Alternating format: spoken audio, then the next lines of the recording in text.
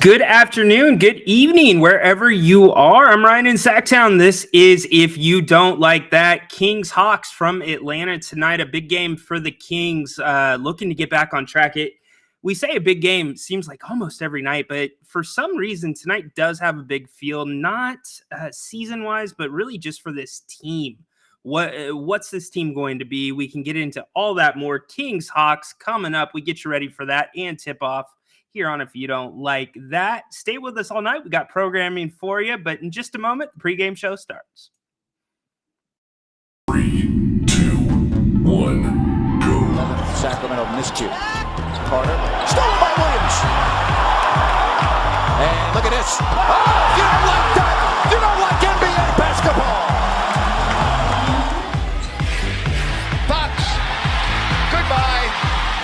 Oh, if you don't like that, you don't like NBA basketball. The exclamation point from De'Aaron Fox. Oh, if you don't like that, you don't like NBA basketball. Boy, that's an ESPN highlight right there. Whoa. Carlson comes in. How about this? Holy moly, Jim Bob Bowley. That is a major league smudge. Welcome back into If You Don't Like That. I'm Ryan in Sacktown. This is the pregame show. Kings tonight in Atlanta to face the Atlanta Hawks. Kings coming off a brutal loss at home to the Blazers the other night. Few days rest for the Kings, although the long travel on a really weird road trip. But good for the Kings that they're going to get this one early and out of the way, get a day rest, and then headed to Memphis after this one on New Year's Eve. But what a big game for the Kings coming off this loss to the Trailblazers. It's one of these games where you need to see some life. I think that we're looking for something to reassure us about this team that right now, I mean, think about the homestand they came off of 4-2, some bad losses, but overall 4-2, that's pretty good homestand. Then you go on the road and you have a loss to Portland like you do, and you take an overall look at the Kings' last 5 games. They're 2-3. So this is why they need to get back on track tonight, especially on the road. So let's get to some of you and some of your comments. We'll talk about the 12-18 Atlanta Hawks, who are underachieving this year as well.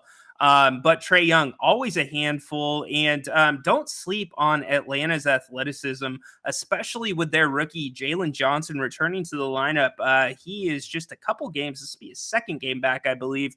But Atlanta, when he was on the court earlier this season for the Hawks, one of the guys that they really featured and seemed to be kind of the center of the offense alongside Trae Young. So interesting to see what he will do tonight and how the Kings match up with him. A Kings team that's fully healthy tonight. Second game in a row that we can say that, but certainly got to keep our eye on Malik Monk, right?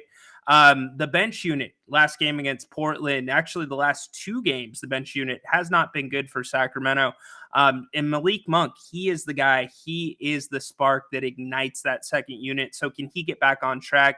His stats this season tell us he will, but nonetheless, a lot to look forward to in this one. Getting ready to tip in a little bit. Rudy, you're going with a beef. All right, I'll play along.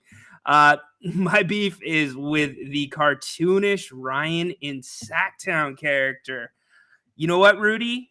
Fair beef. Fair beef, my friend. Wrong forum, but we'll take it. Always love when the clones come up in here. John, thanks for taking up for me. Wilson, what's up, my man? This is a huge game tonight. Yes, it is for many reasons.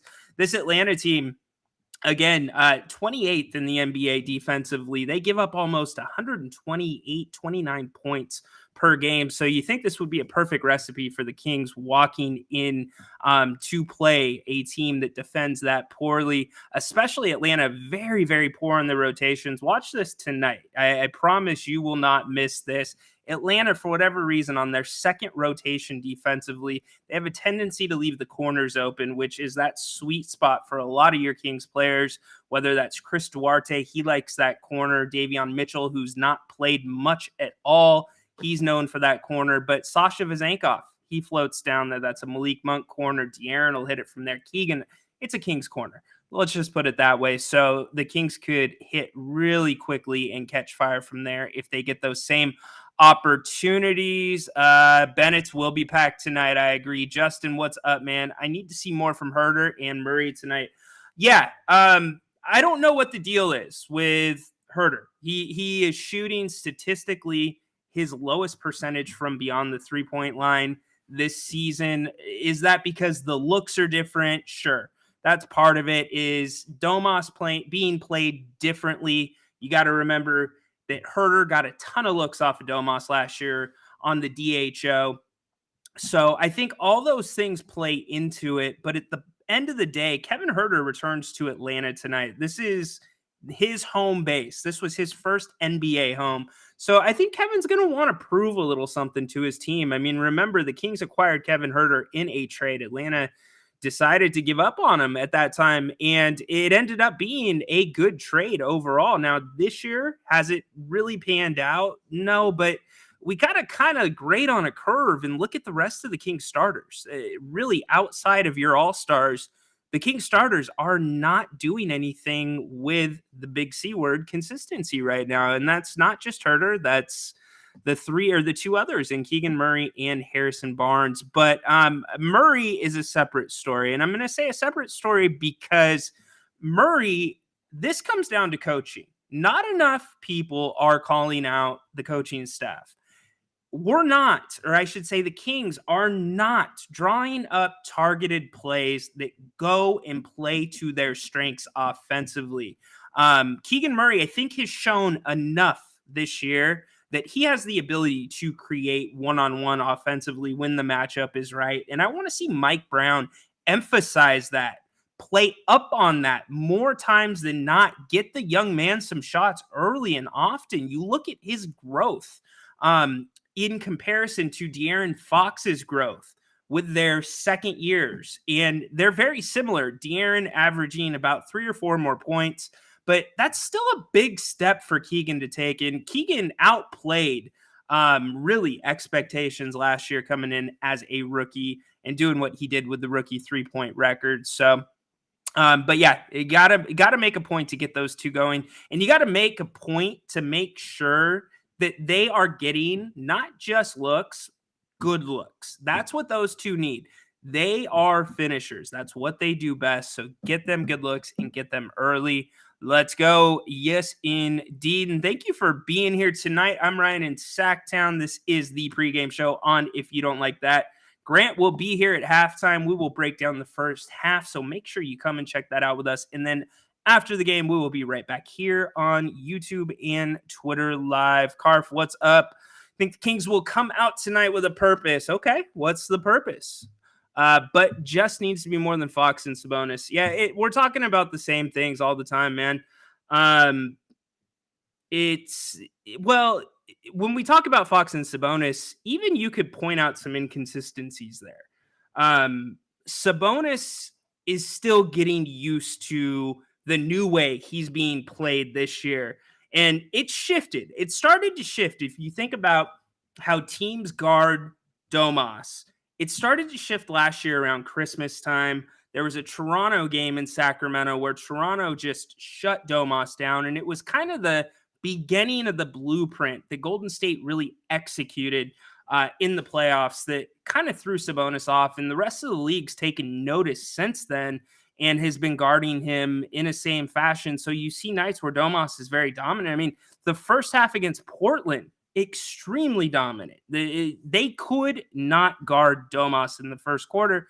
And all of a sudden, we go away from the paint. The Kings go away from the paint in the second half. Domas still has a great game, career high, or not career high, but season high in points. But he could have had 45 if the Kings targeted that matchup. He could have done better with the right system, or at least the right looks or opportunities. Didn't happen. That being said, he is playing fairly consistently, but we're not seeing the highs that we've seen from him in the past. Those will come along as he gets more comfortable with the way teams are playing with him or playing him defensively. Conversely, Fox is Foxy, not getting enough credit for what he's done from behind the 3-point line this year. He has been lights out considering his percentage is up and he's taking more attempts. So A lot there left on that bone to always talk about. Russell, what's up? Kings, let's go. Let's win tonight and light the beam. Yes, indeed, Russ. We are hoping for the beam to be lit as well. And by the way, it's an early enough night to not just celebrate the Kings' victory or a possible victory with the beam, but to go get some dinner afterwards at Bennett's Westside Grill, whether it's a prime cut of steak or some great fresh seafood, specifically the redfish that you're craving. Bennett's will be open. Newest location in Rockland, Bennett's Westside Grill in the Blue Oaks Town Center. Go check them out. Bennett's, Brian Bennett, his team, just some of the best to be around, and huge Kings fans as well. They do everything right at the restaurants, and they've got some great specials. Don't forget about brunch this weekend and also prime rib on the weekends. Go check them out. Bennett's, also locations off of Howe and Fair Oaks and in Roseville. Bennett'sRestaurants.com for more information. We love our Bennett, so victory Bennett trip, wouldn't you say? Or maybe would you say after the game? But anyways, getting back to it, Kings Hawks getting ready to tip off from Atlanta.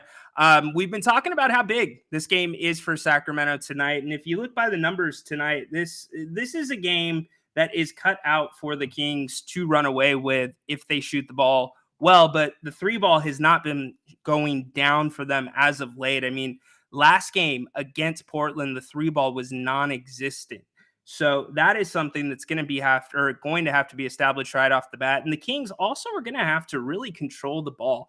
This is a team in Atlanta that should have won the other night in Chicago, except they had 15 turnovers and they were really careless. And sometimes that will happen with a team like this that is still trying to find their way. They got a new ingredient in Jalen Johnson coming back off of injury, who changes things up for them. So I think that in tonight's game, you have to look for the Kings to pressure those elements of Atlanta that have not been tested yet, whether that's Jalen Johnson throwing some pressure there on the forward, because he can play both ends of the court. I don't want to hype this guy up too much, but he's kind of one of those prototypical threes, fours. And you think about Jeremy Grant in Portland that gave the Kings trouble. This guy, Jalen Johnson, can do that and a lot more when he's healthy, and he's got a long career ahead of him should he be able to keep that health. But anyways, getting back to what I was saying about this game, the Kings also have to make sure that they are doing what they need to do in terms of communication. The communication does not seem to be there always on defense, and you notice a lot of charge attempts for this Sacramento team, which is great. I love that the Kings are trying to take charges. That's a great hustle play, but that's usually also a play where you've been beat defensively on the perimeter.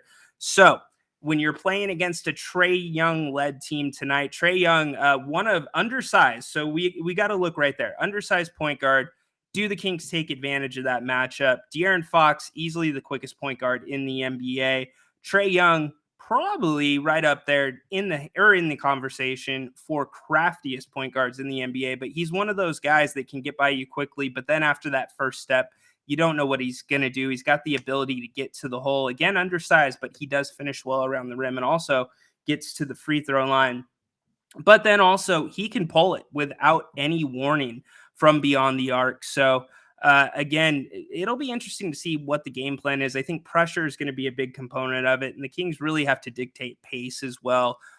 They have not been the ones dictating pace. They've been playing the pace that other teams are setting, whether that's because other teams are getting to the free throw line at a more consistent clip than the Kings, or the Kings are not making their free throws when they get to the line. Sabonis, Fox, both not shooting above the 80th percentile, I believe 70s and 60s for the two of them.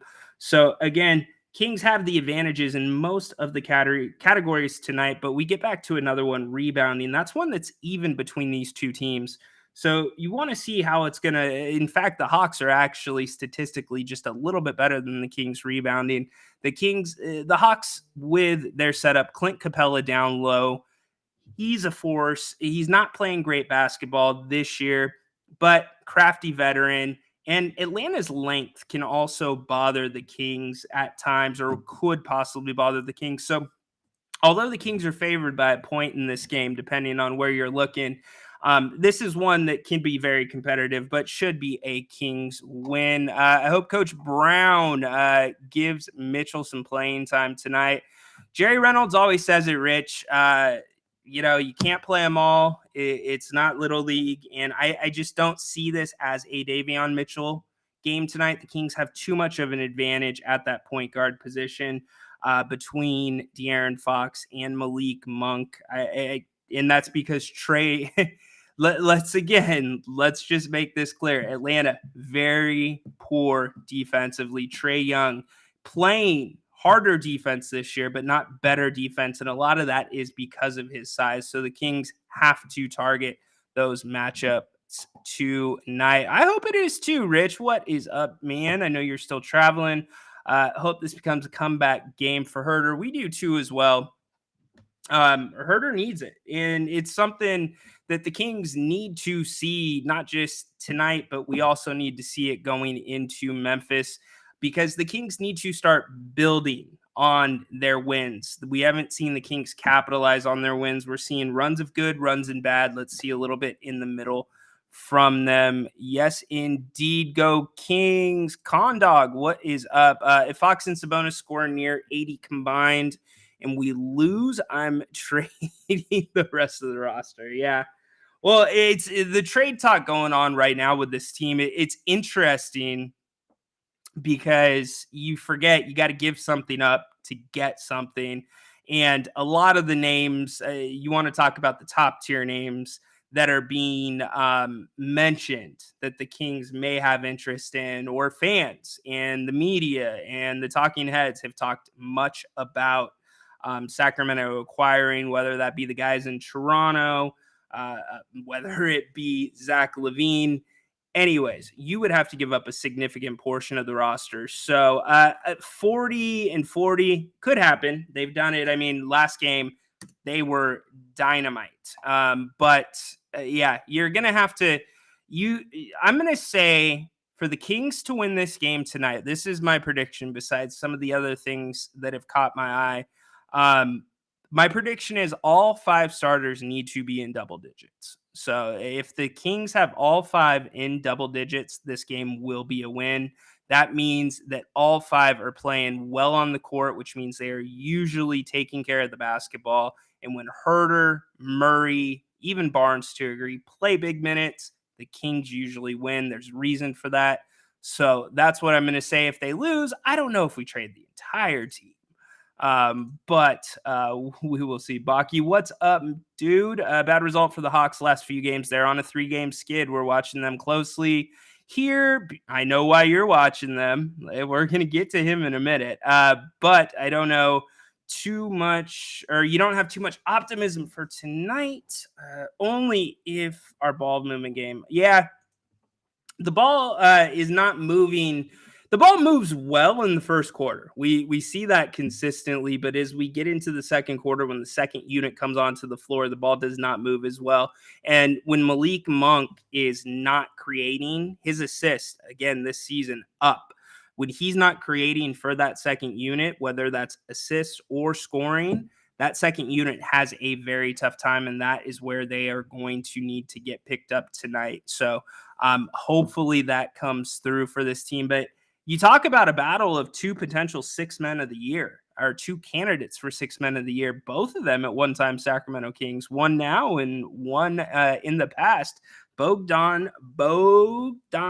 He is Atlanta's 6th man. He's playing great basketball. Had 22 last game in a loss to Chicago, but that will be a fun matchup. They really rely on him, Atlanta, much like the Kings rely on Malik Monk. So fun to see him. His name's has come up a few times in trade discussions as well. So I know Baki will be keeping a close eye on that. That's why we need Mitchell on the floor.